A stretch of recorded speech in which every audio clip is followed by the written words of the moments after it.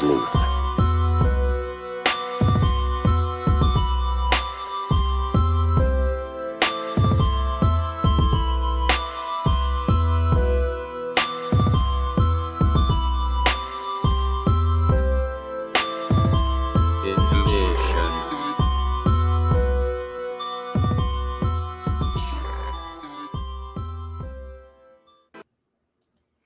What's up, everybody? Welcome to another Sleuth Intuition Live. This channel, we focus right now mainly on Delphi and creating a safe space for people who want to share information in regards to that case. This is part 2. This is actually episode 2 of a 3-episode segment. I'm going to title it Searching for Insight, Gateway Crimes. It's basically going to be the dark triad. So today what we're going to do is we're going to look at how they investigate arson. We'll look at some serial arsonists, first responders who turned arsonist. We'll look into the mind of an arsonist. We'll look over the Flora fires, unknown Flora fires, the recent barn fire in Delphi, just because it's kind of news, it's pretty new. And then we're going to finish off with the 2017 presser because I want to revisit it, and we'll kind of finish out the show there. Other than that, how's everybody doing?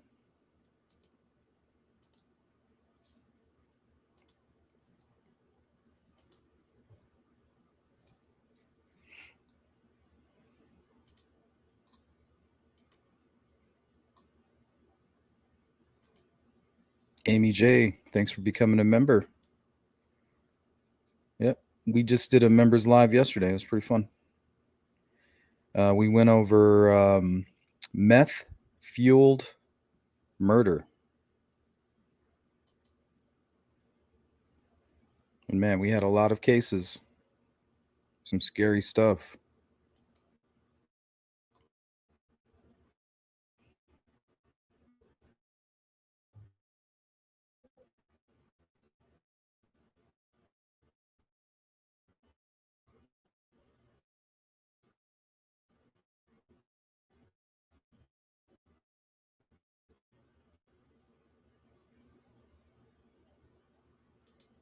Oh, getting some lag.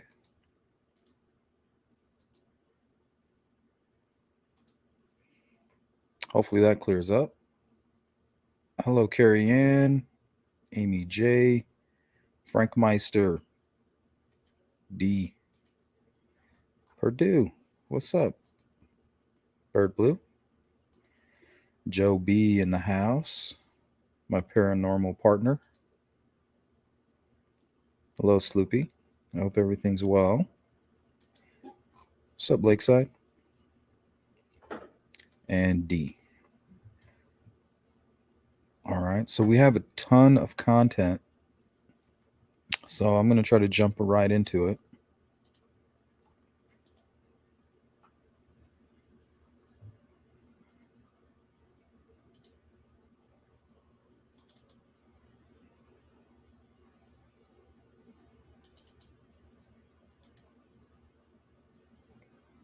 What's up, Jeff?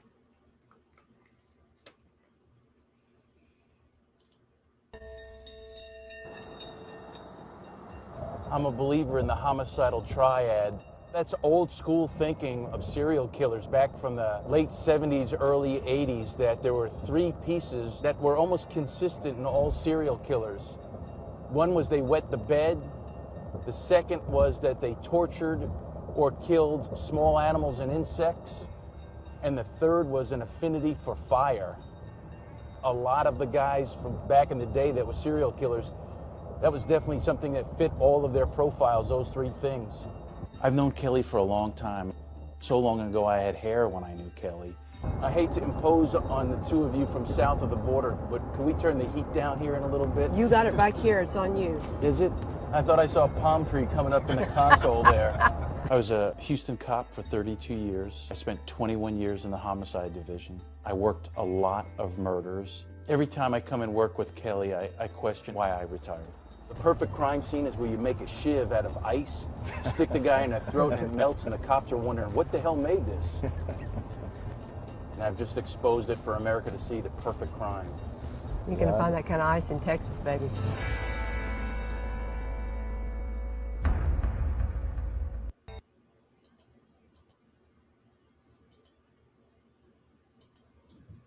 So there they briefly go over the triad. Just give me one moment.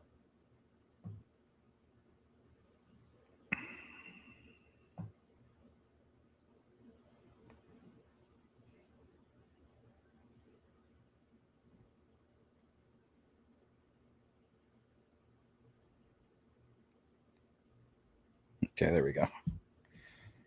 So yeah, I guess it's bedwetting over the age of 12. That's a sign, or I guess they use it as a predictor. Animal cruelty and arson. Today we're going to focus on arson.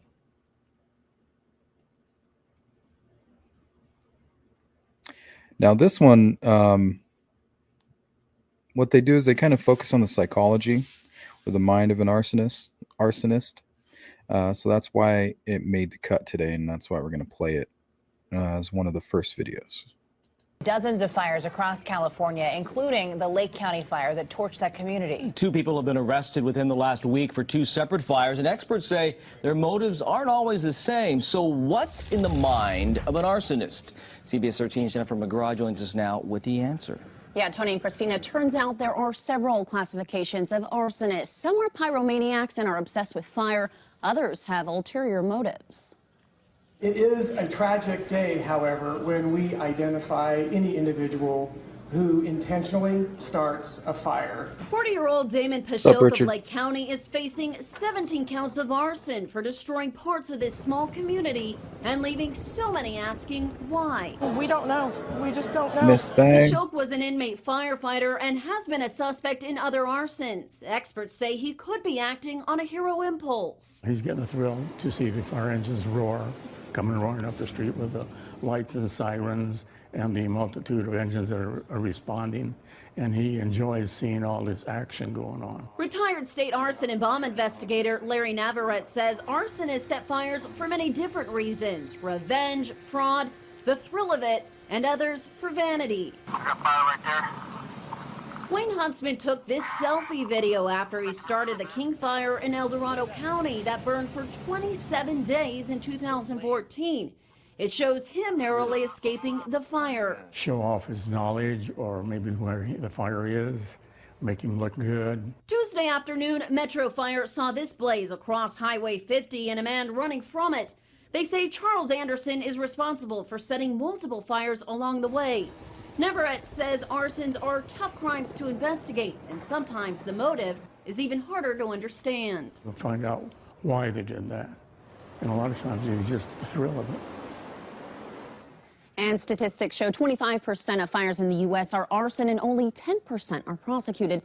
Investigators say the evidence is usually circumstantial and seldom do they get an eyewitness. And the damage they cause to obviously the structures, but just people's personal lives. It's truly devastating.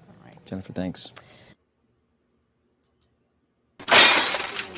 So across the state, we have 13 fire and explosion investigators who have assigned districts. We assist local fire departments and police departments in determining the origin and cause of fires and explosions. Our fire investigation section stays very busy, called out to help with origin and cause. Here today, we see the combination of local fire officials on the scene as we come in to assist them, as well as private investigators. They're just here quick when I need them, so it's made life so much easier for us investigators, and we feel that we've got a support network. It's nice to know that the state is wanting to stand with us on anything we need. Typically, we'll be requested by a fire department or a police department. We'll make a response to the scene. We'll conduct a scene examination, which includes documentation, scene reconstruction, evidence collection. Then once the cause of the fire is determined, then we proceed from there. In addition to the hand tools and equipment that our fire investigators carry in their vehicles. We're also very fortunate to partner up with our hazardous materials section, who have several drones to bring out. Normally you're not able to get overhead shots unless they have a ladder truck up or something, and that's usually 100 feet. We can go up to 400 feet. A lot of times we do the 400-foot level to give them the fire scene plus the surrounding houses. It's good for mapping, and they can put that on a map and show exactly what happened.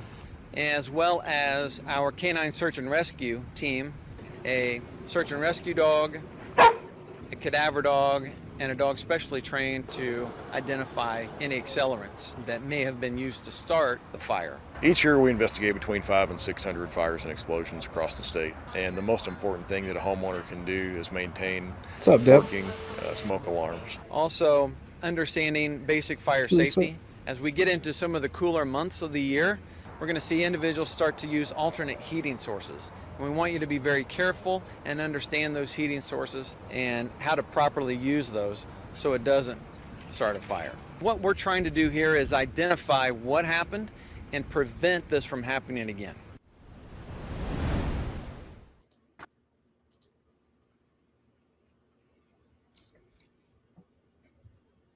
All right, so I try to cram all of the informational stuff right at the beginning, just to kind of premise what we're about to watch here. A lot of this is kind of scatterbrained.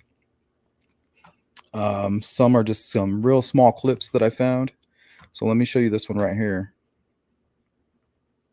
You know, I just thought they were interesting, so I wanted to include them.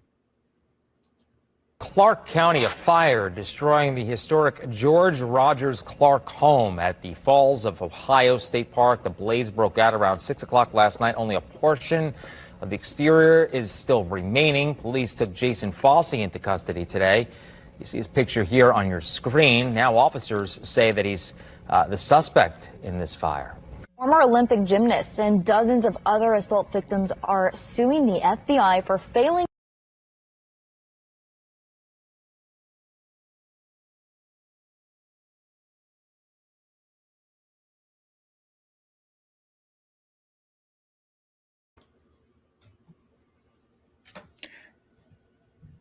Yeah, I guess they pulled that off of Facebook. But I guess he lit some historic building on fire. I think they're still looking for him. I'm not sure. Super random on that one. Updates we need to share with you. First, a 16-year-old is now charged with arson and murder in his father's death. 16-year-old Jordan Marin Doan is the adopted son of Jason Doan and his husband, Alan. He's charged with intentionally starting a fire in a home at the end of this road here. Investigators say he used gasoline to light a staircase in the home on fire. The prosecutor's report says a smoke detector in the home woke up Jason Doan and his husband, and they left their room. They saw the fire on the staircase blocking their way. Jason's husband escaped out of an upstairs window with the couple's 2 other kids, but Jason Doan did not make it out of this house and later died at the hospital. After setting the fire, Jordan allegedly stole Jason's Jeep and was eventually arrested in Decatur. RTV6 just spoke with Jordan's other father, Alan, who said he'll give us a statement on the Marion County prosecutor's decision to charge Jordan as an adult. Later tonight, look for that report on RTV6. Doan is the adopted son of Jason Doan and his husband, Alan. Investigators say Jordan used gasoline to set a staircase in this home on fire. Jason Doan's husband was able to escape with the couple's 2 other kids, but Jason Doan didn't make it out. Firefighters pulled him from the home, but he later died in the hospital. The prosecutor's report says Jordan stole Jason's Jeep, and he was eventually arrested in Decatur, Indiana. The prosecutor's report has details from the tragic night. Jason's husband told investigators Jordan had previously been threatening to kill everyone in the house so he could get a cell next to his paternal father in prison. And Jordan told investigators that on the night of the crime, he used the back door because the front door makes a noise, and was unloading items into the Jeep, and then finally went back inside, got the weed eater gas and poured it in the middle of the stairs, used a lighter and lit the gas on the stairs, catching the house on fire. He then allegedly left in the Jeep and was found in Decatur, where he told police he needed to get the Jeep back to his dad and that their house burned down. I just had the chance to speak with Jordan's other father, Alan, who told me he will give us a statement tonight on the Marion County prosecutor's decision to charge Jordan as an adult. Reporting from the Northwest Side, Graham Hunter. Their final goodbyes to an Indianapolis father who was critically injured in a house fire. In fact, within the past 2 hours, we learned the 45-year-old is now on life support as doctors now work to harvest his organs. Eyewitness News reporter David McAnally on the man's heroic actions after the fire broke out and what's being done now to help his family. Pike Township Fire and IMPD continue to investigate the blaze. On Friday night on social media, a GoFundMe site set up to help pay for the fire victim's funeral. Friday night, family and friends of the fire victims were at the scene. A big shock to everybody? Yeah, sorry. That pickup belongs to the victim, 45-year-old Jason Doan, who was critically injured. But it was bad. It was like a lot of fire trucks, so I didn't know what was going on. It turned out to be his friend's house. His friend is Jason Doan's 16-year-old son. Doan and his spouse have 2 other children, a 10-year-old boy and a toddler. A neighbor tells us Jason Doan fought hard to make sure that the family all got out of the house safely. They did. They were covered with smoke and ash, she says. But firefighters found Doan in an upstairs room. They got him out and got him to the hospital. Then I think I pulling out the stretcher. I didn't know what was going on. Jeffrey talked to us with his mother's permission. He says the Doan's 16-year-old son told him on social media. First he said he was chilling, and he said he heard the smoke detectors coming on. Then he said he opened the door and seen the fire coming up the stairs. And he said he hopped out the window and ran because he was scared. After just seeing everything last night, I've been shaking all day. Neighbor Sherilyn Wilson shot this video of line of ambulances at the scene. It looked like an older child or older or smaller stature person carrying a child, running kind of barefoot down to the ambulance. Neighbors and firefighters say the family's 3 large dogs did not survive. If you have any information on the blaze, call IMPD or the Pike Township Fire Department. John?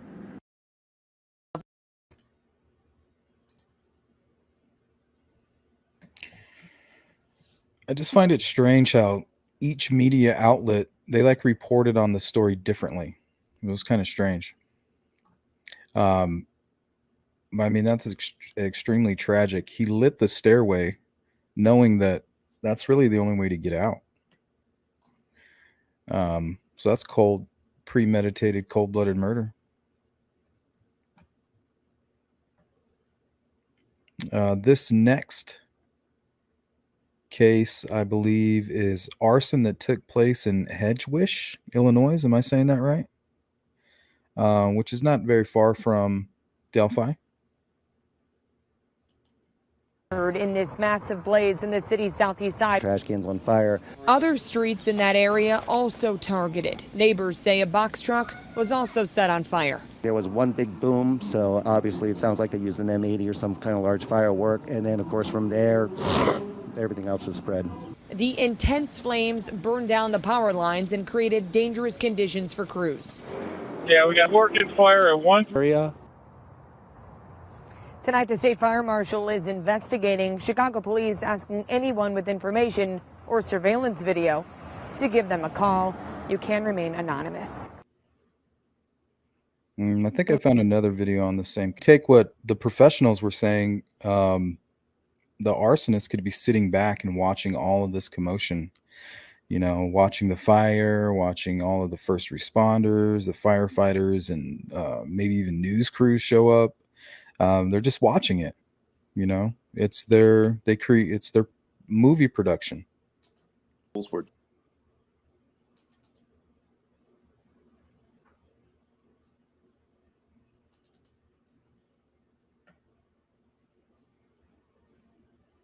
So yeah, I don't know. To me, that seems like teenagers or something, or young kids.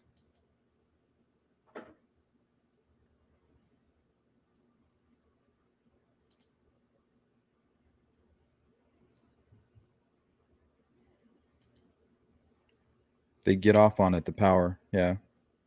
But you're right. I'm sure some of these, there's a couple of them that kind of give me the vibes of like insurance fraud. One specifically, but then I was able to find where they actually captured the guy, and he burned the place up out of revenge, I guess. So we still have that to come. I have a lot of content. That's why I'm trying to burn through it. I don't have a lot of time.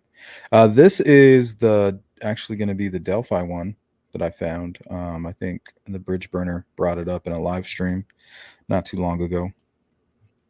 Hey, what's up, Sleuth? How you doing? Or excuse me, Aspen. Sorry, I can't multitask. Good to see you, man.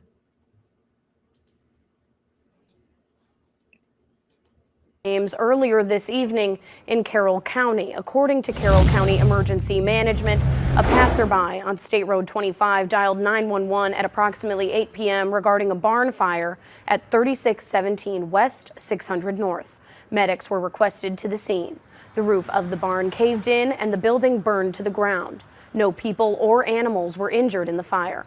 Firefighters are continuing to put out hot spots. The cause is still under investigation, and News 18 will continue to provide updates as more information becomes available. So yeah, there's the image that they sent out to media.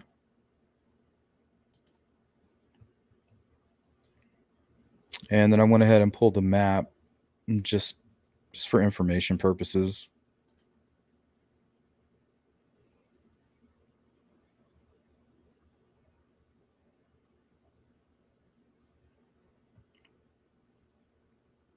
Looks like it's pretty far out of city limits almost.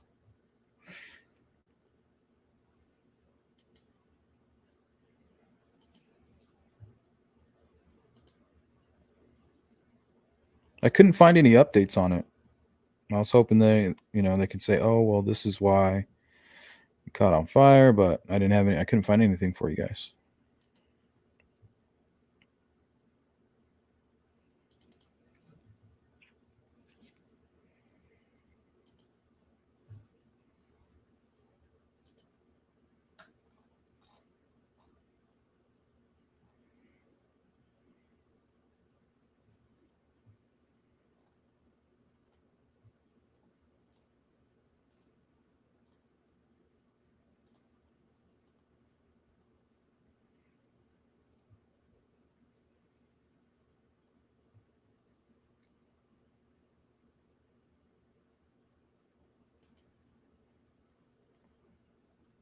Yeah, they're pretty interesting.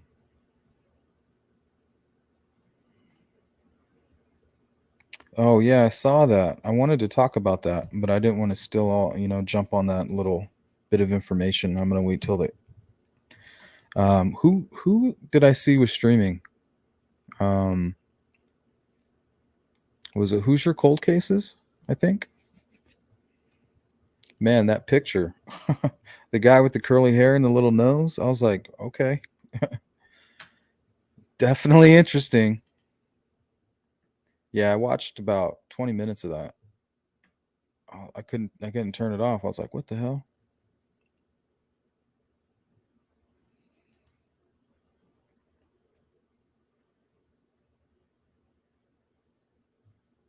I missed that one. Inflammation. Oh, that's pretty good. Hey, when it's good, it's good.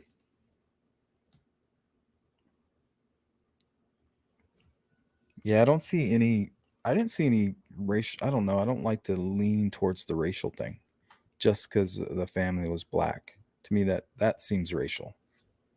I don't know. Oh, HCC. Yeah, he was killing it. I was like, what the hell? I was like, I haven't had a chance to look into it. I was going to put it on today's show, but I want a chance to kind of look it over a little bit.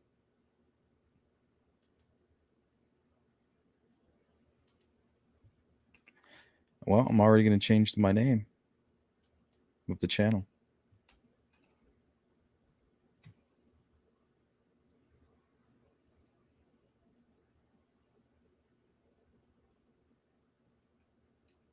She ran what polygraph? I'm sorry.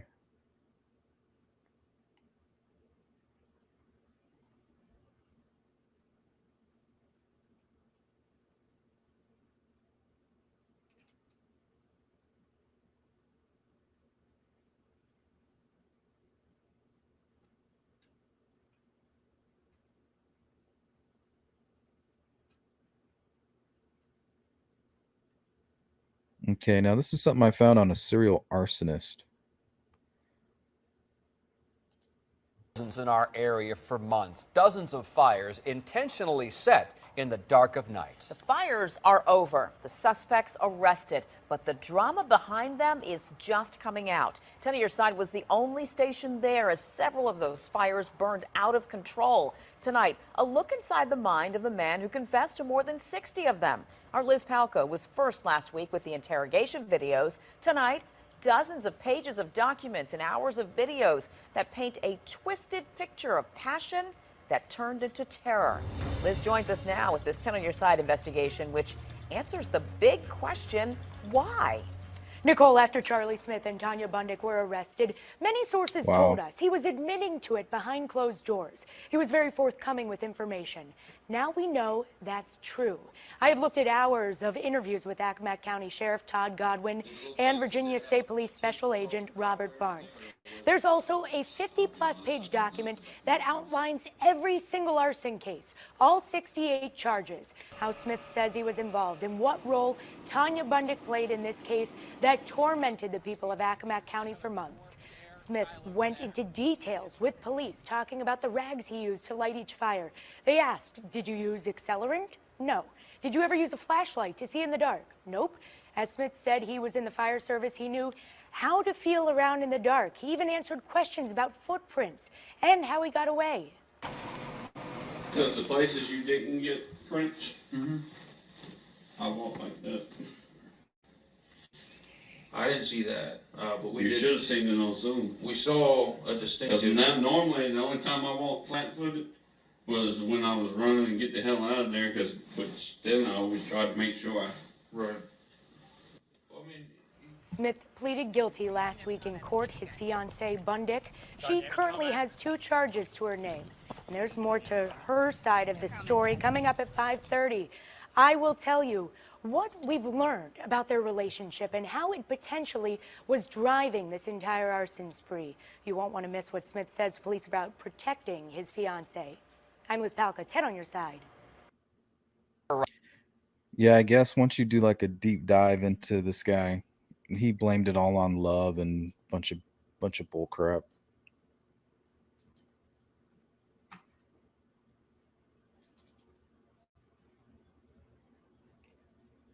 Now, this next story is pretty traumatic.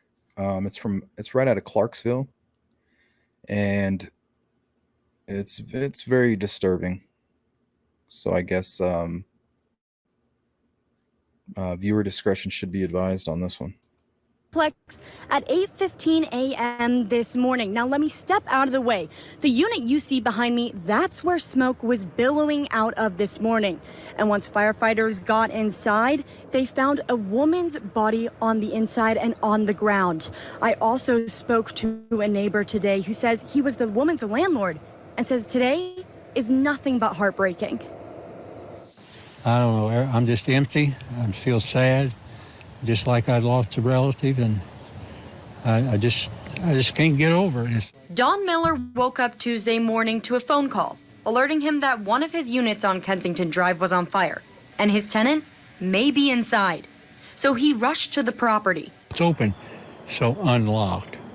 And so I opened the door, and smoke just gushed out. I thought, oh my God. Firefighters pulled him back. As they worked to contain the fire, they made a disturbing discovery. The body was found. The firemen, when they went inside, they did see a body laying on the ground. Police say she was murdered, although they're giving few other details. Miller believes the woman was his tenant, who lived there for more than a decade. It's not real, but it is real. So I just hope and pray the policemen get whoever done this. Police are investigating the case as a homicide and arson. They're waiting for an autopsy report to determine exactly how the woman died. And while police work to get answers, Miller is now left waiting for confirmation on what he believes is the inevitable, that his long-term friend is no longer here.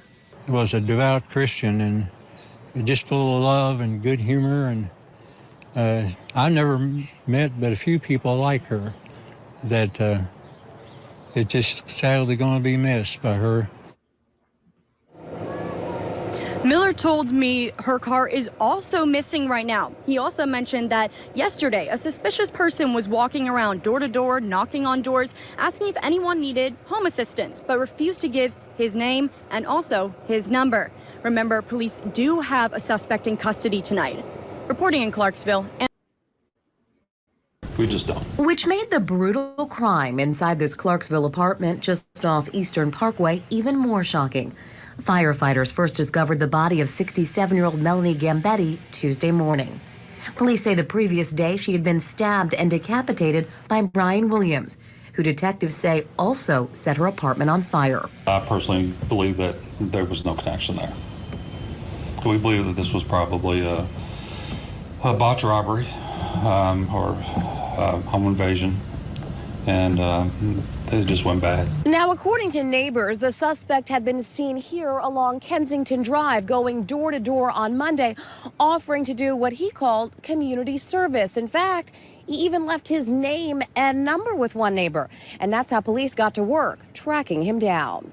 These guys just stepped it up another level, and being able to have a case like this solved in less than 8 hours is actually phenomenal. In addition to eyewitnesses, police say video surveillance captured Williams loading suitcases into the victim's car. Those suitcases were later found at Williams' apartment just about a mile away. Police say the victim's ID, credit cards, clothing, and body parts were inside. On his way to court Wednesday, Williams remained quiet. What do you have to say to the victim's family? Prosecutor Jeremy Mull says he will push for justice for the victim and her loved ones. I just want to assure them that I will do everything in my power as a prosecutor to get justice for their mother, for their sister, and get the perpetrator convicted and the appropriate sentence in the case. Lauren Adams, WLKY News.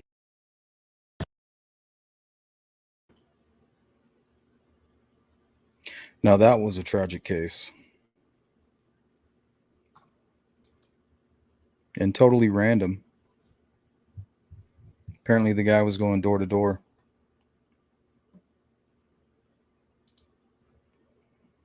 Now the next segment is going to be first responders who turn arsonists, fire chiefs, firefighters, things like that, law enforcement.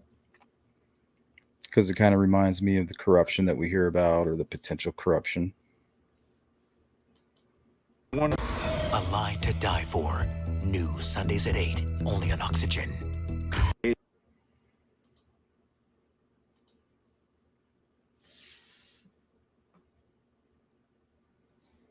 That's the guy's image that I have behind me, John Leonard Orr. I'm going to watch that full documentary as soon as we're finished here. And let's see what else I can find on that guy. Yep, John Leonard Orr. You don't lock your door? That's insane.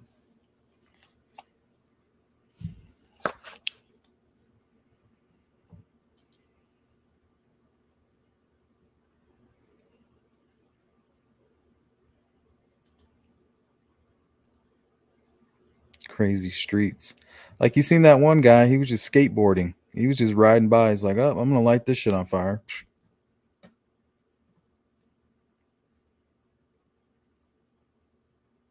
It happens so often. It's like the chances of it happening to you are not that slim.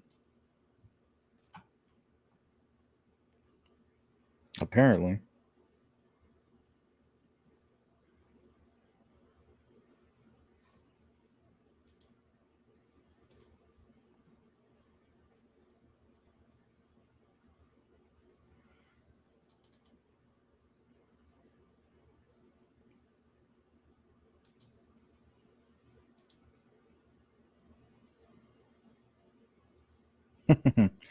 D's like, I own the street.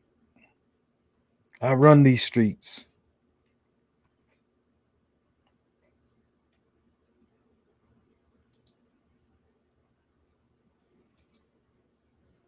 Gil McCauley says the guy in Lafayette was 31 years old. Yep, about 5 years ago would put him right in the perfect age group, 14 to 25 range.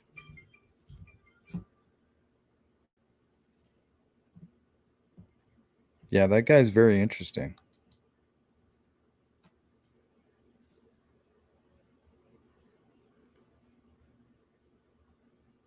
Only because he looks so much like the sketch. Like, I know we can kind of manipulate it in our head to kind of be like, well, what if this or what if this? I'm talking like this guy looked like the sketch. With this weird little, like, I wouldn't call it curly hair, but it was like a fro. He had like a little, like a kid in play fro going on.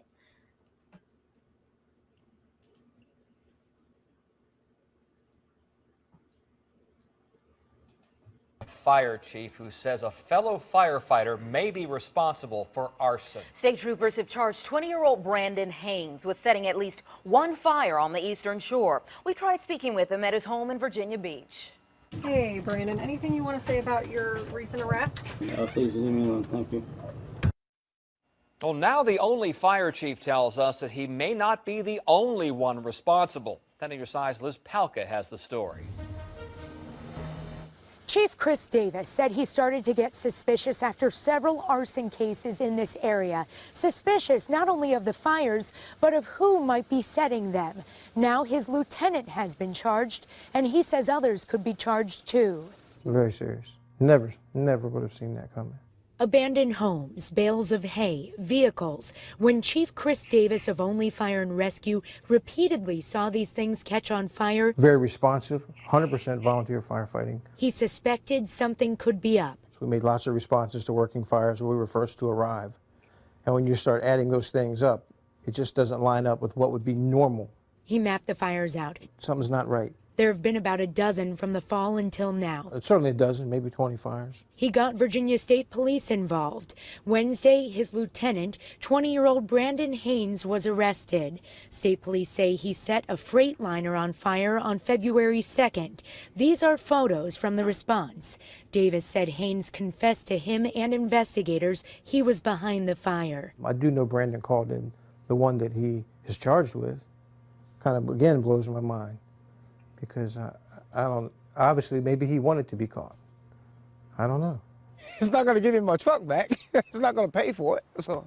Antonio Logan owned that tractor trailer and used it every day for his business. It was a shock. He had no idea an arrest had been made or that a firefighter was involved until we told him. Now I know what happened to the truck. I don't have to worry about, was it this person, was it that person, do I have an enemy?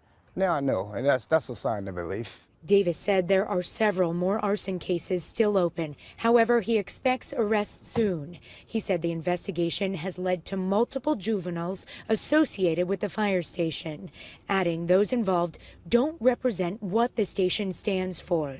People trust us, and so you have to protect that sacred honor. And obviously, Brandon Haynes, because of selfish desires, chose to cast dirt on that honor. Haynes is suspended, but given his confession, Davis says he will be let go. His first court appearance is May 25th. In Accomack County, I'm Liz Palka, 10 on. Wow. That's crazy. I wonder how many years he's going to get in prison. Lisa, sheriff in Australia, we have arsonists lighting brush fires. That's awful. I hope they find out who did it. Apparently, I would go look at the fire station. You know, maybe it's some job security or overtime. Who knows with these first responders? That's insane.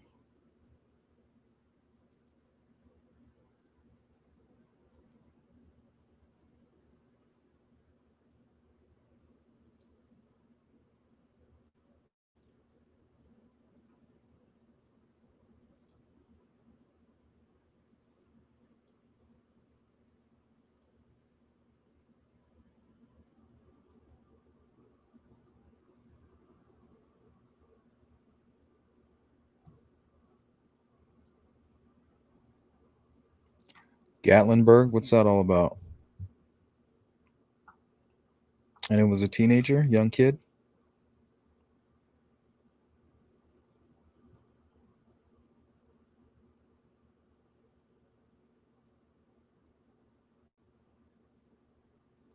Welcome back in. It is 6:11 right now. A retired police chief from our area is in jail this morning, charged with setting nearly a dozen fires, and he's also charged with attempted murder in some of those cases. WMAR News' Mark Roper is outside the Howard County Police Department. Mark, this is a bombshell investigation, and police are going to put out some more details later today. What do we know so far? This one's near Baltimore. Good morning, Christian. Well, his name is David Crawford, and he served as the police chief for the city of Laurel for the years 2006 until he resigned in 2010. And it was at that point that police say he had a vendetta against a list of people who he targeted. Now, take See, a this look dude at had a this list. video, which police say. Yeah, I wanted to stop it right here. So this guy had a revenge list. So, I mean, I thought that was pretty crazy. I wonder how many of these criminals are actually going down a list, you know. Imagine them catching a serial killer and like the next name, it's like your name. Like, what the? Shows the former police chief dousing the home of the man who succeeded him on the force and then setting the house on fire. That happened in 2019, but police say this is just one of nearly a dozen fires set by Crawford starting back in 2011. Crawford is now charged with 12 counts of attempted murder and 11 counts of arson. Police say they found a target list that connects him to a dozen other fires. Fires, police say, involve Crawford's former officers, his doctors, and even members of his own family. Police say former Laurel Police Chief Rich McLaughlin not only replaced Crawford on the job, he's also one of his victims. To get up at 3:30 in the morning because my dog woke me up, to go outside to find my house engulfed, and have to come in and wake my family and get them out of the house, it knocked me to my knees. This is somebody I worked for, that I respected. Now, this map shows how far and wide this investigation covers 11 fires over a period of 10 years in 4 different counties. 5 of the 3 fires were in Howard County, 3 in Montgomery County, 2 in Prince George's County, and 1 in Frederick County. Crawford is also a suspect in another fire which happened as recent as this week. Crawford is being held without bond at the Howard County Detention Center.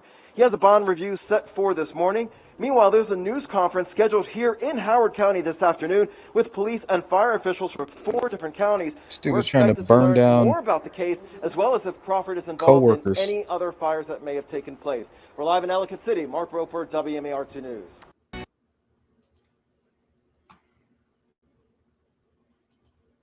Praying that God would just quickly help them move and get the children out, and I guess God had other plans.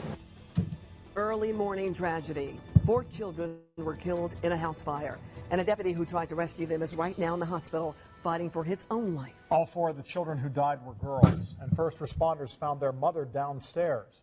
All of this happened at 3:30 in the morning in Flora, which is in Carroll County, about halfway between Kokomo and Lafayette. Eyewitness News reporter Rich Van Wyk is there tonight with a look at what happened and the fate of the girl's mother. Rich? John, rescuers risked their lives trying to save the lives of 4 children and help their injured mother. Fire investigators spent the entire day here looking for a cause of a fire. They haven't figured it out yet. They will be back tomorrow. Neighbors saw the smoke, then heard the screams. A mother hollering for someone to save her babies. The children yelling back. It's going to have an impact on this community forever. And I'm always going to have the screaming in my heart and my mind. At 3:30 in the morning, the house in flames. 2 lawmen went in, trying to save the children. One of them nearly died. Carroll County Sheriff's Deputy Drew Yoder suffered burns and serious smoke inhalation. Flora police officer Josh Dishinger pulled him out of the house to safety. If it hadn't been for that Flora police officer, I honestly would hate to think of the outcome. Sheriff Toby Lazenby says the prognosis is good. He's going to do well. He's coming back around, and initially we weren't sure. Local and state fire investigators labored most of the day searching for exactly where and how the fire started.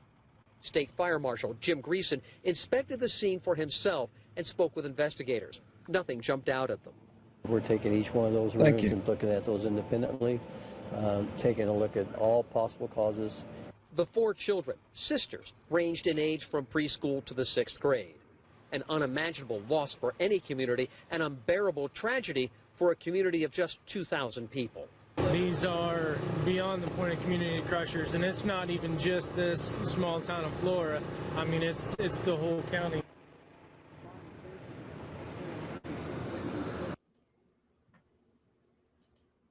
Responding today to calls for more action and answers in that Flora fire investigation. So the police superintendent, Doug Carter, says he's frustrated by this complex arson case as well, and tells our investigates Sandra Chapman that there is information that the family can provide to help step things up. I'm hurt that they think we haven't done anything. The Indiana State Police Superintendent defends his agency's investigation into the fire that killed Galen Rose's 4 little girls. Kiana, Kiara, Carrie-Elle, and Kiani are seen here in cheerleading video. Superintendent Doug Carter says investigators traveled to Illinois, Kentucky, Ohio, and California to track down leads on the arson. But Galen says she's left in the dark about the efforts to find the killer. I just want answers. I want justice because I feel like my house should have never caught on fire. Carter says the investigation is stymied by a lack of cooperation. He says Galen spoke with investigators after the fire, but has not answered extensive questions about who frequented her home. We have to get access to the entire family, period. So are you saying the mother of these girls is not talking to Indiana State Police? We would love to sit down with the mother and talk to her.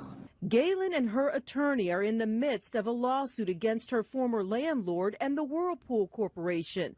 The lawsuit cites no working smoke detectors in the home and allegations of a defective range. Carter says he can't say if the pending lawsuit keeps Galen from talking, but says investigators do have a person of interest. New information is coming to us pretty regularly, but we're not going to talk about Person of interest. I wonder who that is. Galen Rose's aunts are upset tonight, saying they met with investigators and agreed to help. Now, Carter says he doesn't believe the family was targeted in this arson, but has no motive. He says no one, not even family members, have been ruled out. As for the Delphi murder case, Carter says not all family members have been ruled out of that case either. Still, he says he's gone on national TV at the request of the Delphi families. And of course, people want answers. So if anyone has tips on either of these cases, they're asked to contact the Indiana State Police at the Lafayette Post. So you can tell there's such frustration both with the family and state police trying to figure all this out. And it's a lot. It's a lot to deal with. 2 cases here, very important. All right, Sandra. Yeah. The one thing that bothers me about Doug Carter is whenever he's speaking, you could take out whether it was on the Delphi case. You could switch that out with the Flora fires, and it's just talking points. It's the same thing. He says the same thing, like when it's all said and done, we can tell you what we did, or we can show you the work that we did, you know, or I want to show you what we know, stuff like that. Randall has resigned. Call 6 has learned he stepped down from his post as one of the biggest fatal fire investigations in our state tonight remains unsolved. Randall's volunteer fire department in Carroll County responded to the tragedy on East Columbia Street a year ago next Tuesday. The November 21st fire killed 4 sisters ages 5 to 11. The fire remains under investigation, which early on experienced some problems. In fact, in June, Adam's father, Dennis, who you see right there, resigned from his post as the lead state fire investigator on this case Adam Randall has issued no public statement tonight on his resignation, as some officials in Carroll County were made aware of his decision tonight via email. And per the town website, Randall has served as fire chief since the year 2014. Tonight I had a chance to reach out to the family of the girls. I was told there'd be no comment right now. And just a few minutes ago, state police telling me the departures of the Flora fire chief and the Carroll County prosecutor will have no impact on their ongoing investigation. And tonight we're getting a new look inside this, a cookbook, a new effort, a reward to encourage people to provide any information connected to the Flora fire. The book, entitled The Art of Cooking, Flora's Four Angels, includes recipes of the foods the little girls liked, as well as recipes from members of that community. The cookbook is selling for about $10 at local stores in both Flora and Delphi. If money from this reward fund goes uncollected, the money will be given to the Flora Fire Department to fund fire prevention programs as well as training. And tonight, we're also getting some about that place, about that home, about the area around that home, what might have been some of the activities in and around that residence in the days, weeks, and months leading up to the fire. That's all good news, because we're learning things that we didn't know before. And again, that's coming from what human beings are telling us. And then that gives us an opportunity to then What's up, Dave? to talk to other individuals as time goes on. So I'm pleased with where we are there. We're not in a place where we're going to make an arrest yet, but I believe that we will. The Indianapolis Fire Department did a great job for us, a peer review, which is what we do with any major case. And I was very pleased, and they came back with what we had initially thought. And so this was intentionally set. So again, one of these days, we'll be able to explain to those four little girls what happened and what we did. In any case, Flora, Delphi, the community reaching out, the community giving you guys tips or just any kind of information, how key is that to solving the crime? It's key. It's so key. And you hit on it earlier when you mentioned and talked about it's 45 minutes or 38 minutes, whatever that timeline is in a CSI show on TV. What they don't do very well is explain what happens when good people tell us what they know. And that's an investigative technique and process that has been around since we cohabitated. It's as important today as it was before. Science is always helpful, and normally, as time goes on, it's becoming conclusive, isn't it? Particularly DNA. But there's no better evidentiary matter than what human beings saw and can articulate what they saw, or what they think and articulate why they think they do what they do, you see. So we have all kinds of opportunity, and just imagine what happens when we all live in peace together on this planet, right? I believe that we can, and we trust one another. We might not like one another. It's hard to hate up close, but when we truly communicate with each other, good things tend to happen, whether it be with a complex homicide, whether it be with an intentionally set fire. I'll say the same Good stuff. prevails over evil, not the other way around, and we can't let that happen. Yeah, that kind of bothers me a little bit.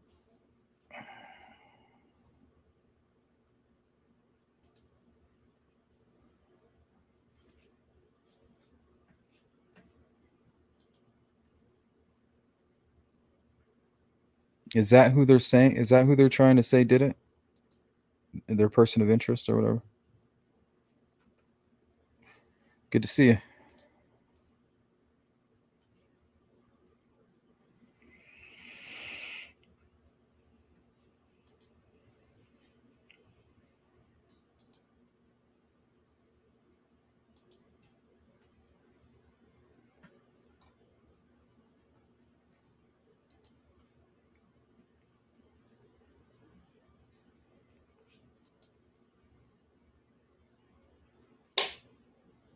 Yeah, and I guess Flora happened, what, 2016?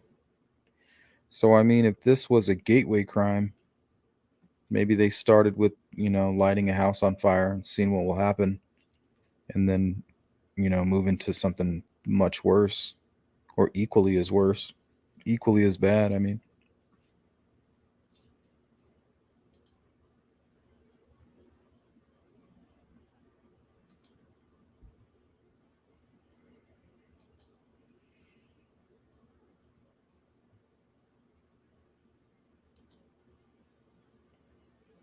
Yeah, that's the only criticism I have.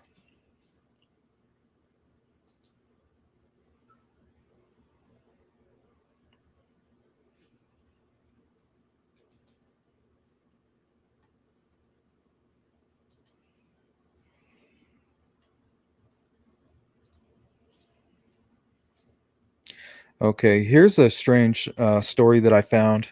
It was actually a fire that happened in Flora in 2019. Let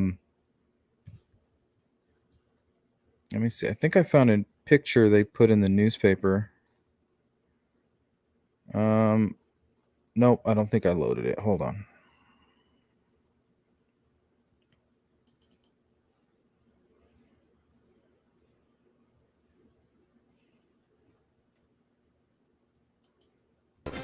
To the Wagner family. It's just a terrible loss for our community. A mother and her 2 children are killed in a house fire in Carroll County. Thanks for joining us. I'm Laura Kirtley. According to the Carroll County Sheriff's Department, a fire broke out around 11:30 Friday night in a home at 392 East 100 North in Flora. Police say the owner of the home, Brian Wagner, woke up to find smoke filling the house. He tried to escape through the front door, but it was blocked. He then tried to escape through the garage and had to drive his car through the overhead doors when he was unable to open them. Flora Fire Chief Scott Sisson says Wagner ran next door and called for help. This was Dr. Brian Wagner and his family. Brian was able to get out and make the call, tried to get back in to help, but it was just too late. We're not sure exactly what the cause of the fire is at this point. There was a lot of lightning in the area, so we can't really rule that out. It was definitely an accidental fire. Sisson says 4-year-old Sophia and her 7-year-old brother Harrison lost their lives in the fire. Their mother, Leah, was also unable to get out of the home and was found dead in the kitchen.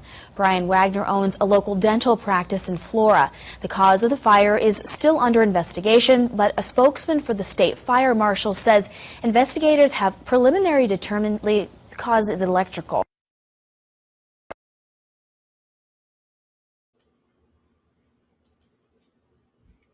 Crazy. Did you guys ever hear about that one?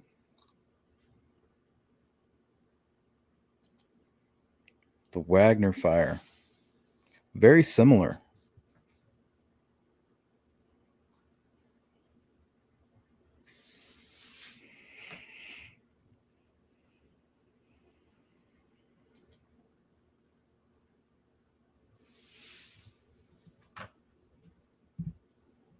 Are you serious? That's even more interesting. Wow.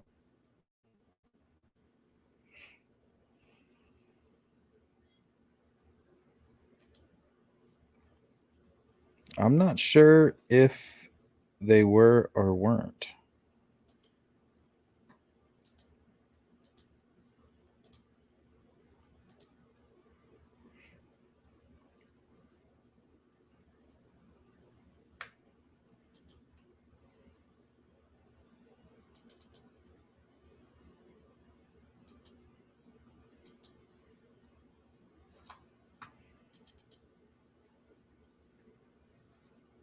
All right, this one is actually an article. So I think I need to upload it as an image. Hold on.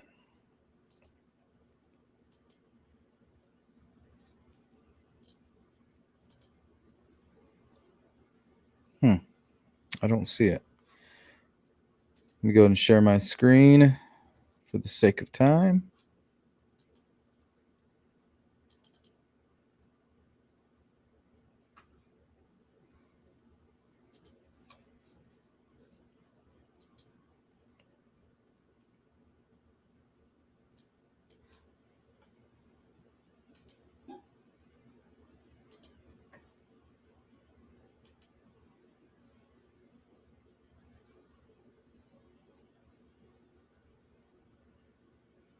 Now this here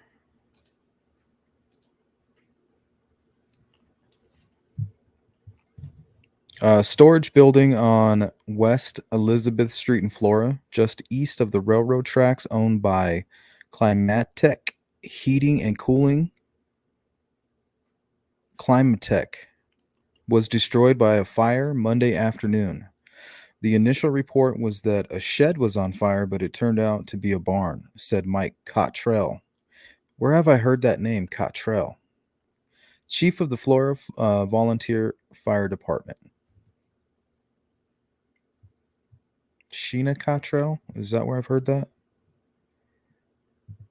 Okay, yeah, I think Garrett Kurtz mentions a Sheena Cottrell when he was speaking with Open Secrets. Continuing on here, the fire was well underway with a lot of heavy black smoke when firefighters arrived shortly after 2 p.m. So the concern was to save the house directly east of the barn, Cottrell said. Firefighters were successful in containing the fire to the barn, with damage to the house limited to heat and smoke. Cottrell said fire damage was so intense it was hard to determine the cause, but a possibility was 2 wave runners on chargers in the barn. He said the fire investigator was at the scene Tuesday trying to determine the exact cause. Volunteer fire departments from Cutler, Camden, and Delphi provided additional manpower. Carroll County EMS was also on scene. The town's water levels dropped to a point when it became necessary to the departments to tank in water, Cottrell added. Climatek co-owner Josh Ayers said Tuesday that everything housed in the building is gone. He and partner Troy Helderman keep stock in the barn. Among the items lost are a truck, a forklift, new air conditioning and furnace units, water heaters, and duct work. Fresh hay that had been stored in the upper level the night before contributed to heavy smoke. Climatek has owned the barn for nearly 3 years. For many years, it served as a machine shop for Brim Concrete. Well, that's a little bit suspicious. Right before the fire, well, I guess it's not that suspicious if it ends up being the cause, Could have been a fire hazard, maybe there, sitting there, maybe some magnification coming through the window, or who knows, some electrical issue. And then you put all the hay around it, basically putting fuel to the fire.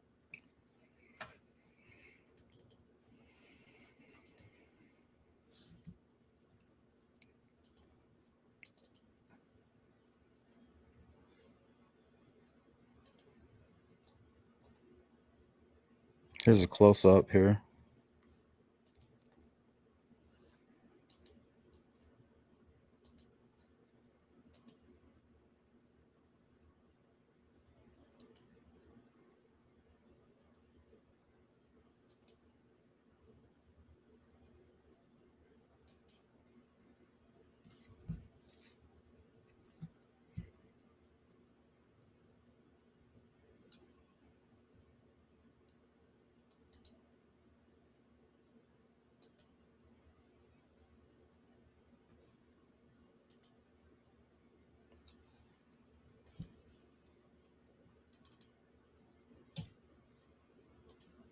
Crazy.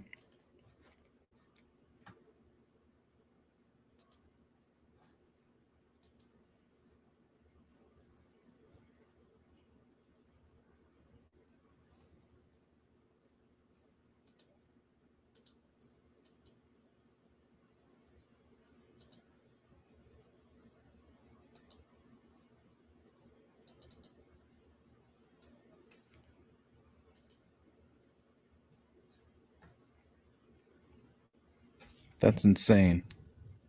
If that's true, that's crazy.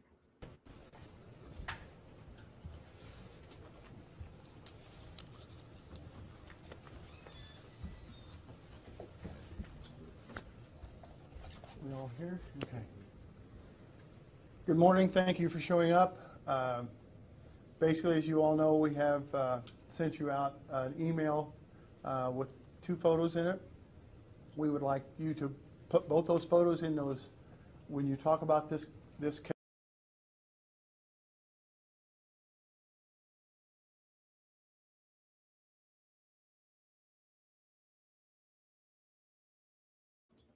This one here was on July 17th, I believe. I think it might have been, if not the very first presser, one of the very first pressers. So keep in mind when they're talking, they're referring to the older sketch. Actually, let me pull that up.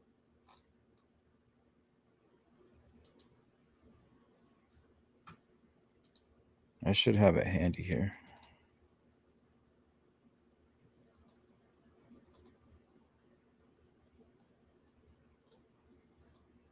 There it is.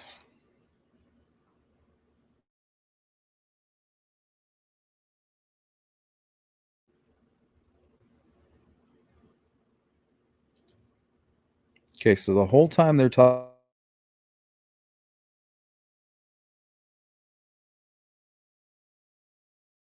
how they have all this, right? They're talking about this image.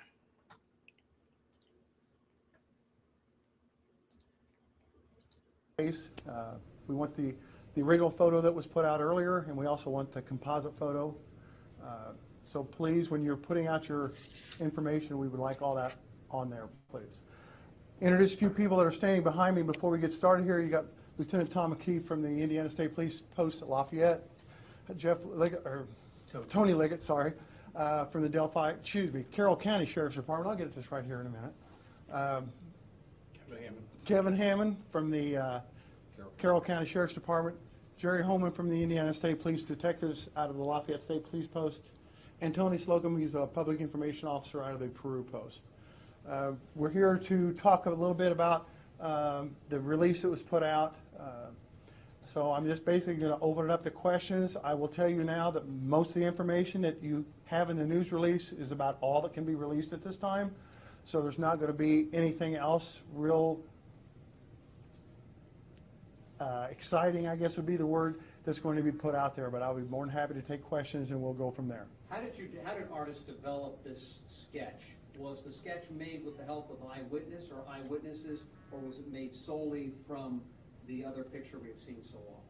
Basically, I can't really answer that question completely. I can tell you it came from the investigation itself, from officers looking into things, to tips and leads that come in, that people that have come forward. We've got.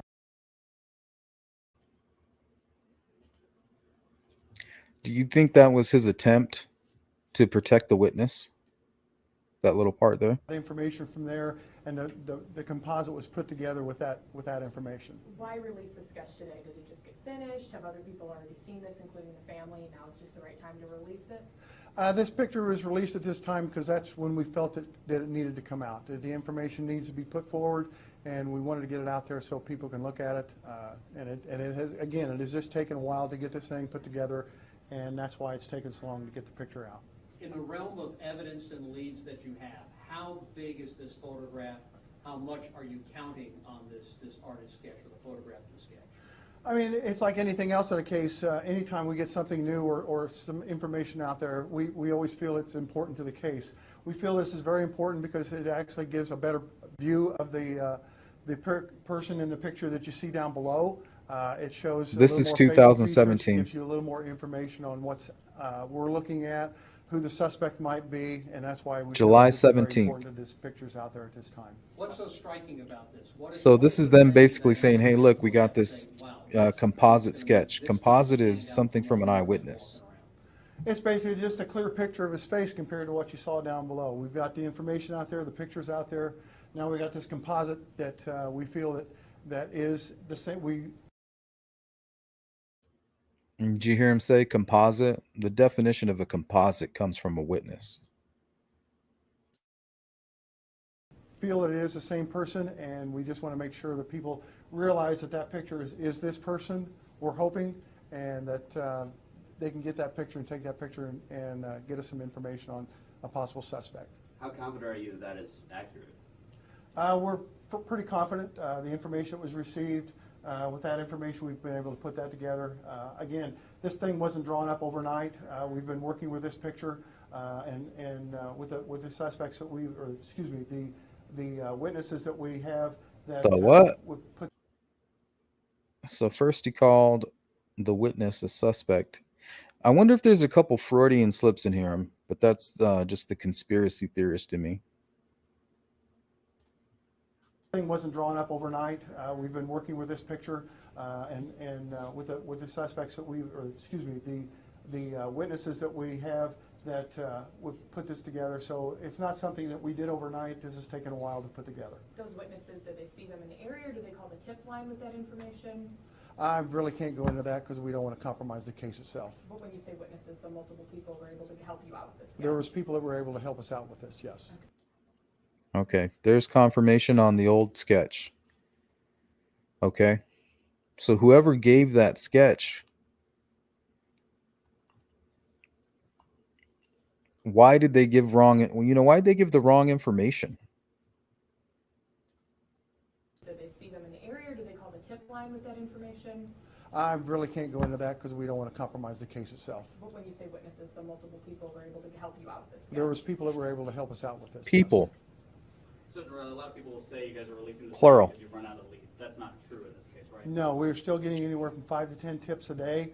We're still getting emails, so it's not something that is just, this case is not dried up. It's not a cold case. This case is still very active. And if you didn't have those tips, we may never have seen this picture in the first place, right? The possibility, yes. What's the attitude of the troops working on this? I mean, the fact that there's a composite that's infinitely clearer than the picture we've been looking at. I mean, what's the move? What is the feeling among investigators who've been grinding away at this for 5 months now? Well, anytime you get new information, officers are always excited about that information. It kind of builds up their confidence on the case itself. With this information here, we're really, it really excites them, lets them know that, people are still caring about this case, that people are still interested, and when we can get somebody to come forward with more information, if we can get a name or at least a location of this subject, that would be great. But officers have never really gotten down on this case. I think they've frustrated maybe, but as far as solving this thing, it's something that's we've always felt like we were going to solve this case. Who made the sketch? ISP? Did you guys bring somebody specific in here to talk to those witnesses to come up with the exact look of this person? Or It's basically just been a accumulation of all the departments have come together and we've put this composite together. Now in the release you talk about not to focus on the hat. It might not be accurate. Can you talk a little bit about that so people at home know why? Well, if you see the original picture down below, it appears that he's got a hat on that's got the flaps down over the, kind of down over the face. We want to make sure that you focus on the picture. We want to make sure the face is what you're looking at and not to worry about the hat. Even though that hat is not quite the same as the one in the picture, we want the facial features is what we want you to look at. If someone did recognize this person, what should they do? They can call they can call the tip line or they can email us. In the release you mentioned some of exactly like his hair color and things like that. Can you talk about that information that you put in the release right now? Basically, the hair color is a reddish brown. The person was not clear on the color of the eyes, but the person said it was definitely not blue. The person was very obvious that it was not blue eyes, but they did mention that they were not clear on which color it was. So there are people out there who are sure that they saw this guy walking around that day and they helped you out. Is that fair to say? Okay. The person was very obvious that it was not blue eyes, but they did mention that they were not clear on which looking at and not to worry about the hat. Even though that hat is not quite the same as the one in the picture, we want the facial features is what we want you to look at. If someone did recognize this person, what should they do? They can call they can call the tip line or they can email us. In the release you mentioned some of exactly like his hair color and things like that. Can you talk about that information that you put in the release right now? Basically, the hair color is a reddish brown. That's not true anymore, right? They no longer have that hair color there, so I think that was a lie, right? Chat, help me on that one. The person was not clear on the color of the eyes, but the person said it was definitely not blue. She was very obvious.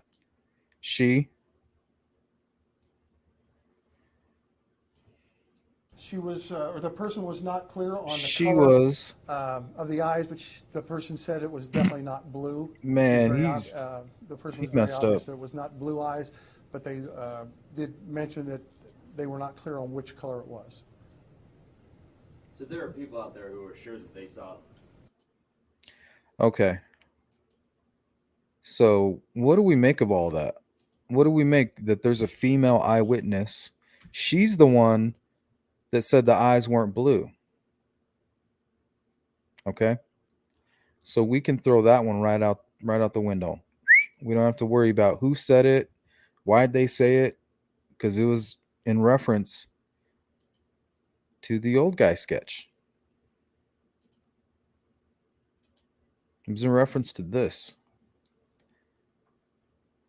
Although we don't, well, I wouldn't say throw it out the window, but it's secondary, right?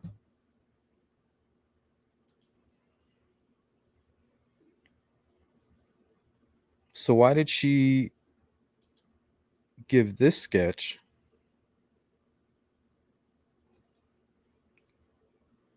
Was it to protect this guy?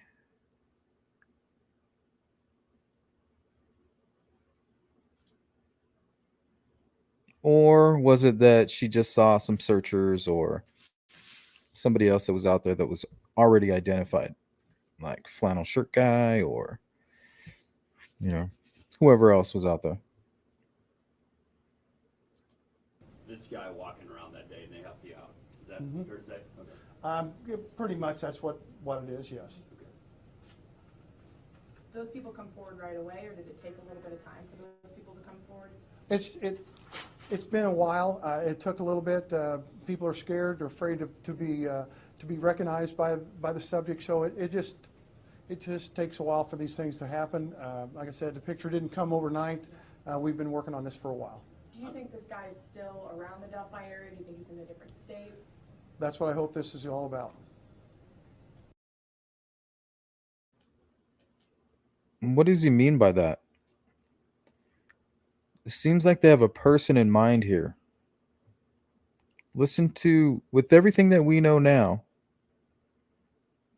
let's see if we can decipher exactly what he means. Pretty much that's what it is, yes. Those people come forward right away, or did it take a little bit of time? Thanks, for those Callie. people to come forward? It's been a while. It took a little bit. People are scared or afraid to be recognized by the subject. So it just takes a while for these things to happen. Like I said, the picture didn't come overnight. We've been working on this for a while. Do you think this guy is still around the Delphi area? Do you think he's in a different state? That's what I hope this is all about. He said, that's what I hope this is all about. Hope, what do you hope? What do you, like, what is he talking about? And then he gives kind of like a cocky little smirk, like they're onto something. Like I said, the picture didn't come overnight. We've been working on this for a while. Do you think this guy is still around the Delphi area? Do you think he's in a different state? That's what I hope this is all about. We've heard many times that somebody out there probably knows something and is really driving home the point today to make sure you call, no matter how little it may be, even especially if you recognize this person. That's what we want. We want people Yeah, to thank call you, in and Callie. give us information. Anybody that can give us an identification on this subject or knows where the subject might be, that would be great. We would appreciate any information we can get. So still have that voice, now you have an even closer up picture, and you have this other. So 3 really pieces of solid evidence that you have that people can work with. So that's got to be big development today for the community and for the That is family. correct. We're really excited about the information that's being put out there. The detectives and all the investigators who are involved are just basically waiting for the phone to ring. Will any more information or video be released from the cell phone that will be had that day? I'm not going to comment on that. I don't want to compromise that case. Just to be clear, do you know this man's identity and you're not releasing it, or you don't know this guy's identity? We want to know who he is. Okay. Do you think someone in Carroll County, and I know you said that's the point of today, but do you think somebody around this area knows who he is and will possibly call in? We're hoping somebody knows from wherever. We don't care where it's from. We just want to be able to find somebody that can identify this subject and give us the information on him. Any search warrants that are going to come now that you've released this person's picture? Anything else developing after you put his picture out there today? Well, we got to just do the investigation at that point in time and see what happens.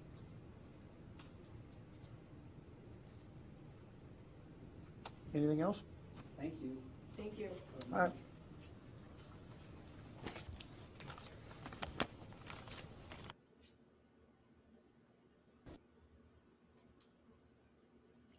Well, that was interesting. So it goes from that to shifting gears. You never thought we would shift gears. So I wonder if the witness who gave misinformation is connected to the person that they were referencing with that. Is that possible, or is that just too far-fetched? Probably.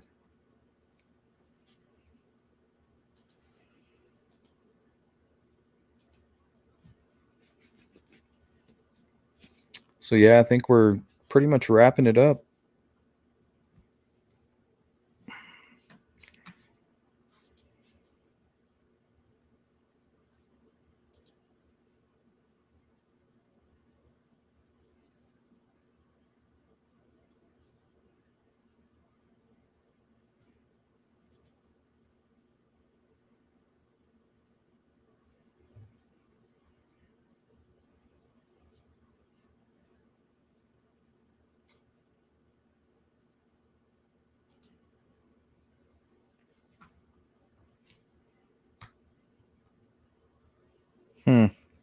Yeah, I mean, they very well. It's almost like you would have to be associated with the Kleins to gain access to the Anthony Shots profile. And then that's when you get into conspiracy theories like, oh, whoever did this has to be tech savvy.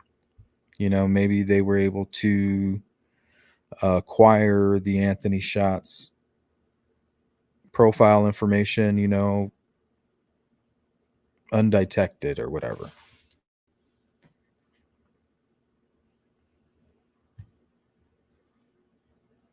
But I mean, think about it. Let's say you're talking to a guy, you know him, but you don't really know him, you know.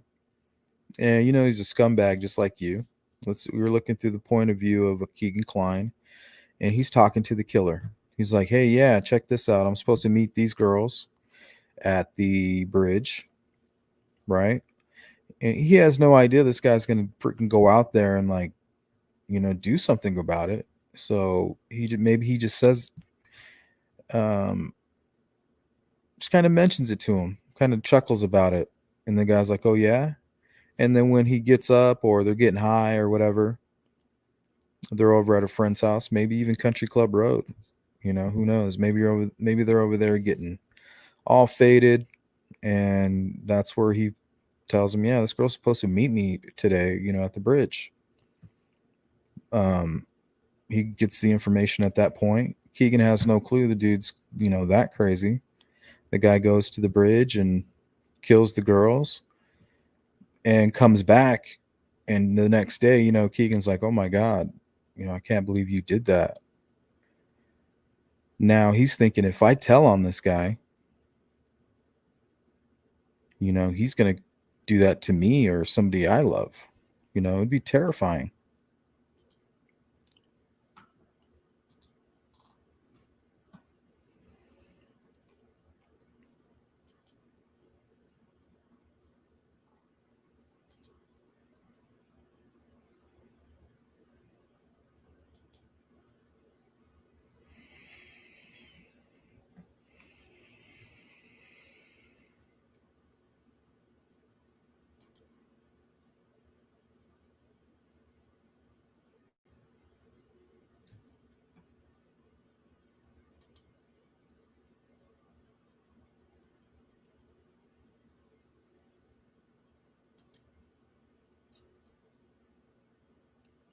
The rumor mill.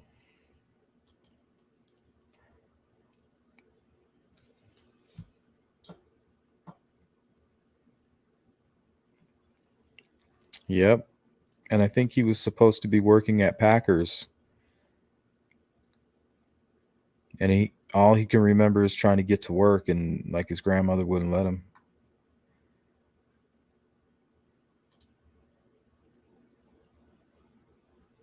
So maybe he tried to go to work anyway. You know what I mean?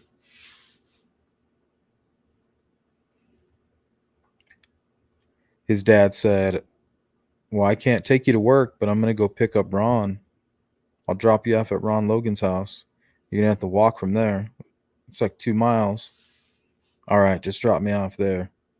Picks up Ron at 3:30. But it would have to be sooner. When did Ron make a call? 2:09? Maybe around that time. Just another conspiracy theory. Carroll County, the rumor mill. Yeah, very possible. The private drive might play a much bigger role.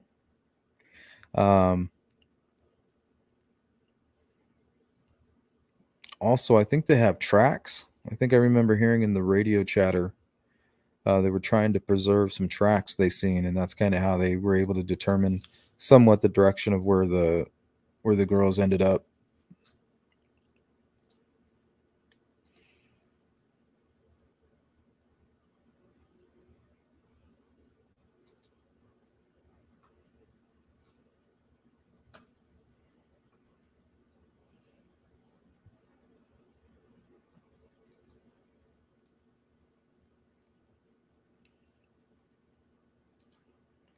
Yeah, eventually he said, Garrett Kurtz said high on spice and meth.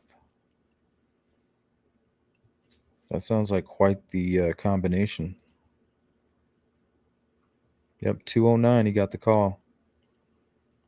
So what if he was getting picked up at that time to go out? I think he was at a restaurant, Tippecanoe. That's where Garrett Kurtz's father was from, right? Tippecanoe.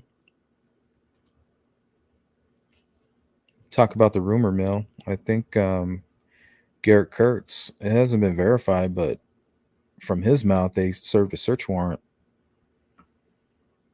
which kind of confirms to me, if that's true, that is where he went. So if Garrett Kurtz was trying to get to work, and he was searching around, Ron Logan's place wouldn't be too far off. I think it's like 2 miles. I could be wrong.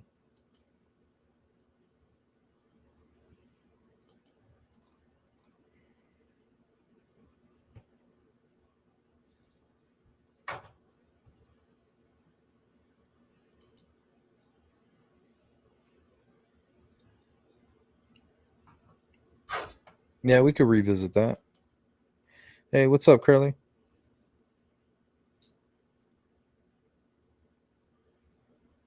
Yep, for sure. Don't be trusting any of these YouTubers either.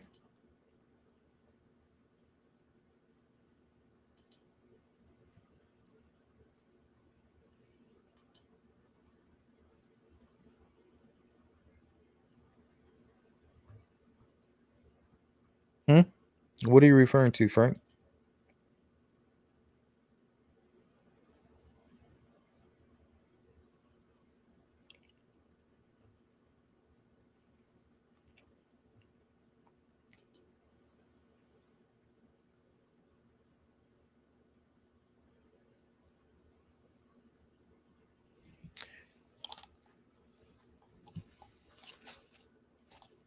Yeah, podcast asked Mike Patty that very question. He said, so what about, they were kind of addressing rumors. And Mike Patty says, well, to be honest, we don't know. They haven't told us if the bodies were taken off scene and then brought back to where they were eventually found. He said, we don't know. He said, but with all of the intel I have, and from, my point of view and my connections, being a family member, he doesn't believe that that's what happened.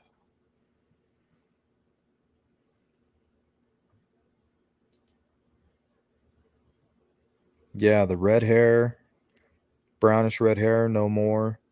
They're only sticking to the 14 to 40 year range because they're absolutely clueless, and the FBI tells you, statistically, that's what you should do. Plus, it's broad.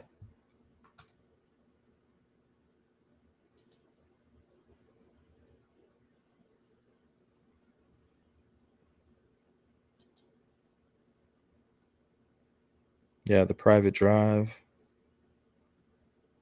Because I mean, what's down the hill? The private drive is down the hill. So you think, what sounds better to a kidnapper and a potential killer?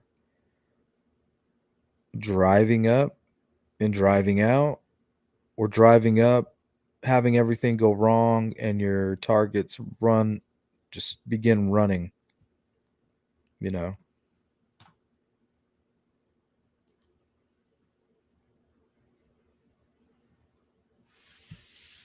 Yeah, and the FBI says this person would have called in from work, would have called in sick from work that day. And this is right from the FBI. It says he would have given you a story that no longer holds water. Who does that remind us of?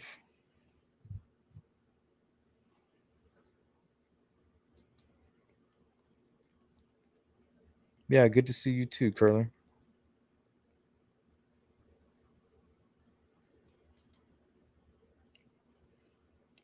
I don't know if Ron Logan had any, but I know that the Weber property did. I know Ron Logan has a deer stand, so I'm assuming that there probably was at some point some motion cameras. Oh, thanks a lot, Curly. Thanks for the support, man. Appreciate it.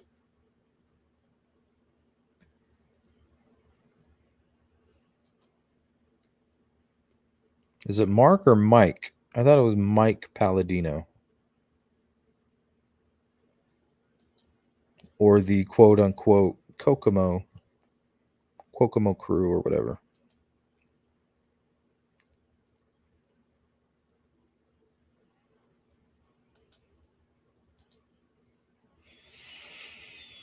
Freedom of Information Act requests for the Flora fire 911 calls, and Tobe Lesenby called me back about it. Oh, that's cool. How are you going to get them? Probably got to fill out some forms.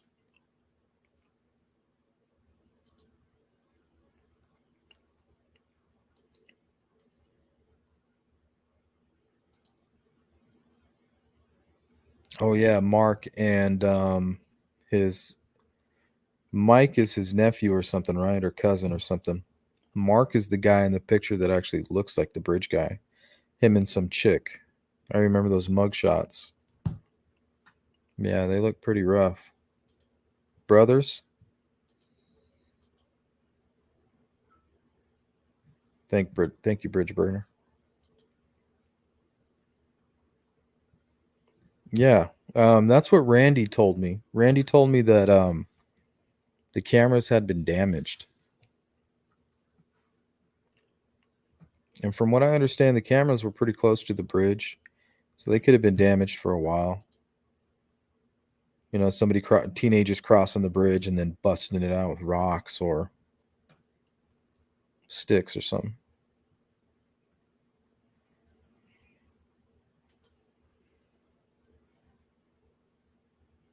I don't know.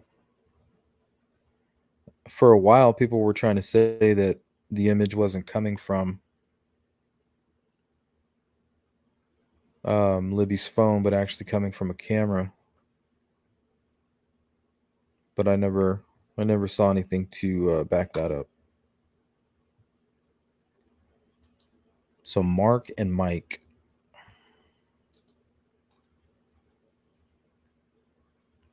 From what I understand, yeah.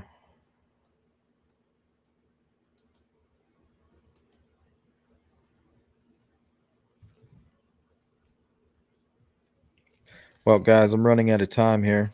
I'm gonna see a couple more of these comments here.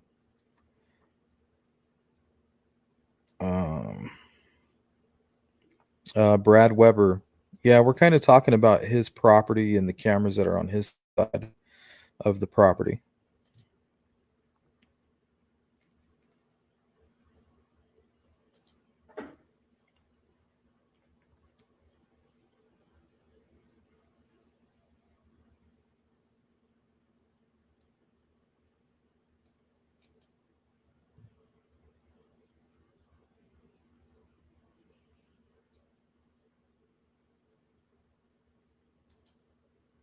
Oh, I appreciate that, Aspen. Thanks for supporting my channel. I appreciate it.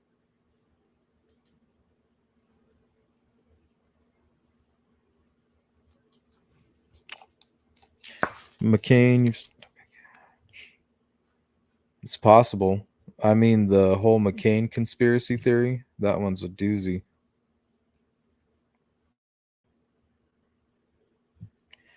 Yeah, that's just some internet nonsense. It's not even connected.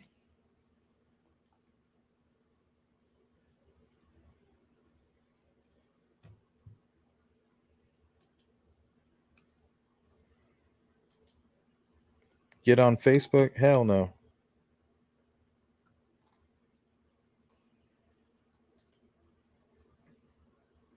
Hey, Mandy.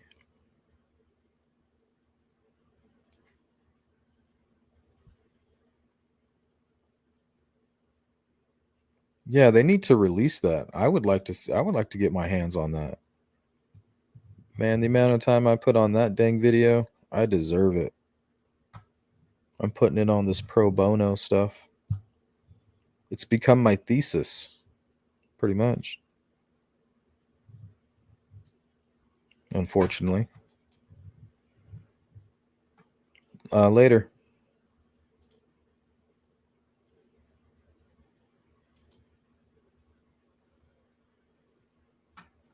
Yeah, I don't think anybody saw him. I think he slipped out, not towards the trails. I think he went out. I don't think he parked anywhere near Wilson Bridge, but I think that's the direction he went. I think he lives right over there. Well, at least in one of my crazy theories, that's what would be the case. Now that we know that all the witnesses actually were the witnesses of old Bridge Guy sketch, you know, what do we really know about the young guy sketch? You know, we know it came in 2019, right after some type of sting involving Eldridge, which is super strange. You know, did somebody drop a dime there? Did they actually get a picture from Anthony Shots during the sting? Trying to catfish the catfish. Thanks, Vanessa. What if during their sting, Anthony Shots like got a hold of them and started sending pictures and stuff? I wonder if that's possible. Because remember that timeline, they got the information on Thursday, made the announcement on Friday, had the new direction presser that Monday. The only thing online I could find about it was an online sting where they were busting people for child solicitation and CSAM stuff.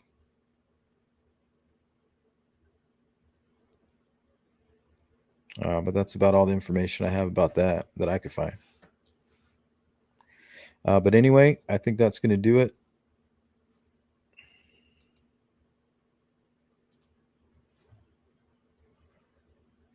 There is the tip line information if you guys want to jot it down.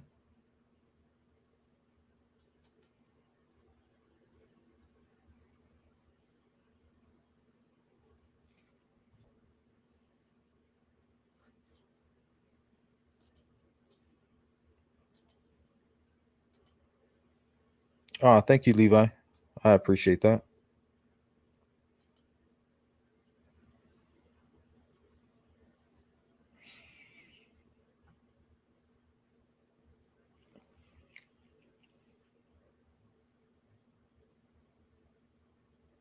Who was that? Timmons? Her aunt? That whole storyline kind of confuses me.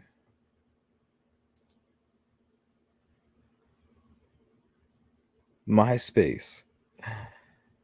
Oh, man. Bringing me way back.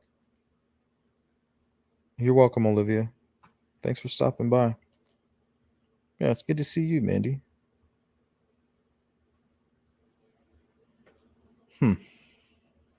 Lesbian, thanks for coming. Vanessa.